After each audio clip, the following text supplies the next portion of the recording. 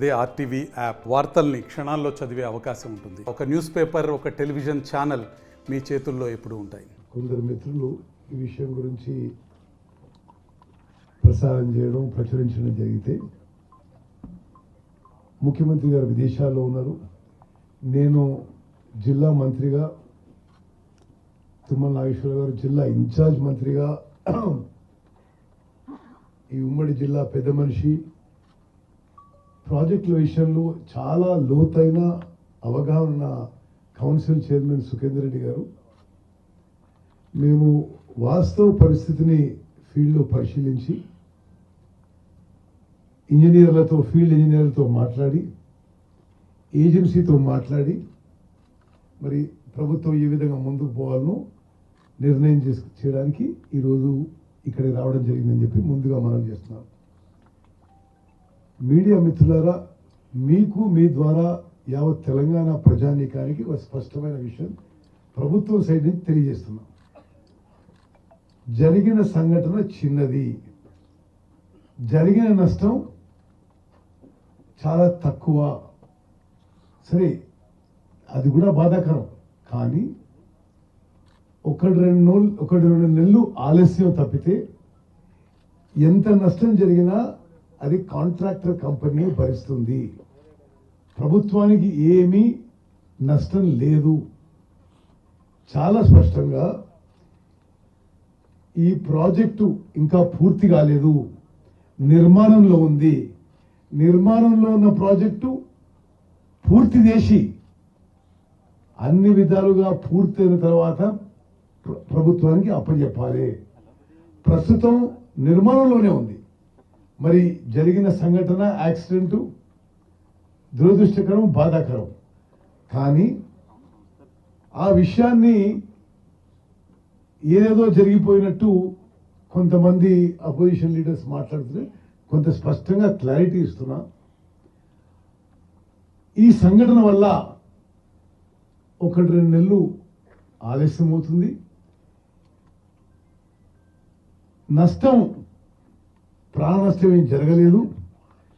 ఈ జరిగిన damage 10-15 crores ఎంతైనా సరే కాంట్రాక్టర్ కంపెనీ వాళ్లే భరిస్తారు. ఈ విషయం చాలా స్పష్టంగా మేము మనవి చేసుకున్నాం. అదేవిధంగా సుఖేందర్ రెడ్డి గారు వారి అపారమైన అనుభవంతో, అవగాహనతో చాలా స్పష్టంగా చెప్పింది. అసలు ఈ పరిస్థితి రావడానికి బీఆర్ఎస్ పార్టీ, బీఆర్ఎస్ ప్రభుత్వమే కారణము. 10 ఏళ్ల పాటు అధికారంలో ఉండి ఎస్ఎల్బిసి టనల్ పనులని పూర్తి చేస్తుంటే అనేక విధాలుగా ఉమ్మడి నల్గొండ జిల్లాకి, హైదరాబాద్ నగరానికి, డ్రింకింగ్ వాటర్కి అన్నిటికీ ఉపయోగపడేది. ఏ విధంగానైతే గత బీఆర్ఎస్ ప్రభుత్వం నార్త్ తెలంగాణకి కాళేశ్వరం ప్రాజెక్టుకి ఇంపార్టెన్స్ ఇచ్చిందో, లక్షల కోట్లు ఖర్చు పెట్టిందో, కృష్ణా బేసిన్ కి, దక్షిణ తెలంగాణ ప్రాజెక్ట్స్ కి ఇంపార్టెన్స్ ఇవ్వలేదు. దాని కారణంగా ఎస్ఎల్బిసి టనల్ పూర్తి కాలేదు. ఈ ప్రభుత్వం పక్షాన, ముఖ్యమంత్రి రేవంత్ రెడ్డి గారి పక్షాన ఒక స్పష్టమైన హామీ ఇస్తున్నాము. ఈసారి మా టైంలో ఎట్టి పరిస్థితుల్లో ఎస్ఎల్బిసి టనల్ పనులు పూర్తి చేస్తాము. అదేవిధంగా డిండి లిఫ్ట్ ఇరిగేషన్ స్కీమ్ కూడా మేము పూర్తి చేస్తాము. నేను 11వ తారీఖున మిర్యాలగూడ కాన్స్టిట్యున్సీ సపరేట్గా, దేవరకొండ కాన్స్టిట్యున్సీ సపరేట్గా, అంటే ఈ ఇన్సిడెంట్ జరగకముందు కూడా ఇరిగేషన్ వర్క్స్ అన్ని రివ్యూ పెట్టుకోవడం జరిగింది. మరి మీరు ఆసక్తి ఉన్న వాళ్ళు దయచేసి ఆ రోజు కూడా రండి. ఇక్కడ ప్రధానంగా చెప్పేది ఏంటంటే, అసలు ఎందుకు అపోజిషన్ లీడర్స్ మొత్తుకుంటారో అర్థం కావడం. ఎందుకంటే డిజైన్ చేసింది మీరు, కాంట్రాక్ట్ ఇచ్చింది మీరు, నిర్మాణం అయింది మీ హయాంలో. మరి మీ కమిషన్ల కకృతితో మరొకటి, ఒక రీటైనింగ్ వాల్ కొలాప్స్ అయింది. అది కూడా మీ హయాంలోనే కట్టింది. డిజైన్ కూడా మీరే చేసిండ్రు, కాంట్రాక్ట్ కూడా మీరే ఇచ్చిండ్రు. ఒక్కసారి ఆలోచన చేయాలి. సుఖేందర్ రెడ్డి గారు చెప్పిన మాటలు నేను గుర్తు చేస్తున్నా. 2014లో అధికారంలోకి వస్తే ఎలక్షన్స్ వచ్చే 1-2 సంవత్సరాల ముందు ఈ పనులు మొదలుపెట్టడంలో మతలబు ఏముందో ఆలోచన చేయాలి. మరి అయితే డిజైను నిర్మాణము మీరు చేసిండ్రు. ఈరోజు రీటైనింగ్ వాల్ కొలాప్స్ కావడం సరే మీరు చేసినా మేము బాధాకరం అంటున్నాం, దురుసుకుంటున్నాం. కానీ స్పష్టమైన హామీ ఇస్తున్నాము. ఇది ఈ సంఘటన వల్ల ఎంత నష్టం జరిగితే అంత మొత్తం కాంట్రాక్టర్ కంపెనీయే భరిస్తుంది. ప్రభుత్వానికి ప్రజలకి ఏమీ నష్టపడదని చెప్పి చాలా స్పష్టంగా మనం చేస్తున్నాం. ఏజెన్సీని కాంట్రాక్ట్ సంస్థను కూడా బ్లాక్ లిస్ట్ లో పెట్టాలండి. సరే అది కూడా ప్రభుత్వం ఆలోచన చేస్తుంది. రిపోర్ట్ మీద ఆధారం ఏంటని కూడా చెప్తుంది. గోప్యంగా ఎవరు ఉంచిందని నేను అనుకోను. సరే సంఘటన జరిగింది, ఇంజనీర్ లెవెల్లో వాళ్ళు డీల్ చేస్తున్నారు. ఆ తర్వాత సోషల్ మీడియాలో 6వ తారీఖు వచ్చింది. 6వ తారీఖు వచ్చిన తర్వాత ప్రభుత్వం దృష్టికి వచ్చింది. ప్రభుత్వం దృష్టికి రాగానే వెంటనే చర్యలు తీసుకున్నాము.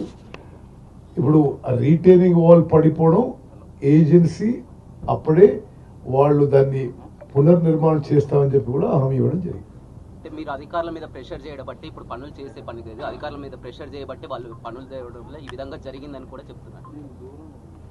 ఇవన్నీ సరే ఏదో లేనిపోని మాట్లాడడానికి ఎవరేమంటారు, ఎవరి మీద ఒత్తిడి తీసుకురాలేదు. నార్మల్ కోర్సులో వర్క్స్ జరుగుతున్నాయి. ఓకే, తప్పనిసరిగా దీని మీద కొంత అవగాహన వచ్చిన తర్వాత గవర్నమెంట్ ఆల్రెడీ ఆ వాటర్ వర్క్స్ లెవెల్లో వాళ్ళు ఎంక్వైరీ చేస్తున్నారు. మరి ముఖ్యమంత్రి గారితో డిస్కస్ చేసి ప్రభుత్వం నుంచి కూడా ఒక ఉన్నత స్థాయి కమిటీ వేసి ఎంక్వైరీ చేస్తాం. ఏజెన్సీని కాంట్రాక్ట్ సంస్థను కూడా బ్లాక్ లిస్ట్ లో పెట్టాలండి. సరే అది కూడా ప్రభుత్వం ఆలోచన చేస్తుంది. రిపోర్ట్ మీద ఆధారం సార్. అంటే నిన్న మీరేమో అంటే గత ప్రభుత్వ వైఫల్యము అని చెప్పేసి బట్టి గారు కానీ ఇప్పుడు మీరు మాట్లాడిన కొంచెం అదే సాగు జలమండలి మాత్రం ఏజెన్సీ యొక్క అంచనా లోపంతో జరిగిందని చెప్పి క్లాసెస్ మధ్య అంటే ఏజెన్సీ గత ప్రభుత్వంలో చేసిన ఏజెన్సీ అదేవిధంగా బీఆర్ఎస్ ప్రభుత్వం వాళ్ళు చేసిన డిజైన్ లోపమో లేదా నిర్మాణంలో లోపమో మరి ఈ సంఘటన జరిగిన మాట మీకు కూడా తెలుసు. సో మేము నిన్న బట్టి గారు మాట్లాడినా నేను ఇప్పుడు మాట్లాడినా వాళ్ళకి ఇంకొకరిని విమర్శించే అర్హత లేదు. వాళ్ళ టైంలోనే డిజైను కాంట్రాక్ట్ ఫైనలైజ్ చేయడము నిర్మాణము ఈ రిటైనింగ్ వాళ్ళు మొత్తం కూడా అప్పుడే జరిగింది కాబట్టి ఏం జరిగినా దానికి బాధ్యత వాళ్ళే వహించారు. మంచి జరిగితే మీ ఖాతాలో వేసుకుంటున్నారు, చెడు జరిగితే బీఆర్ఎస్ పై వేస్తున్నారని కూడా విమర్శ.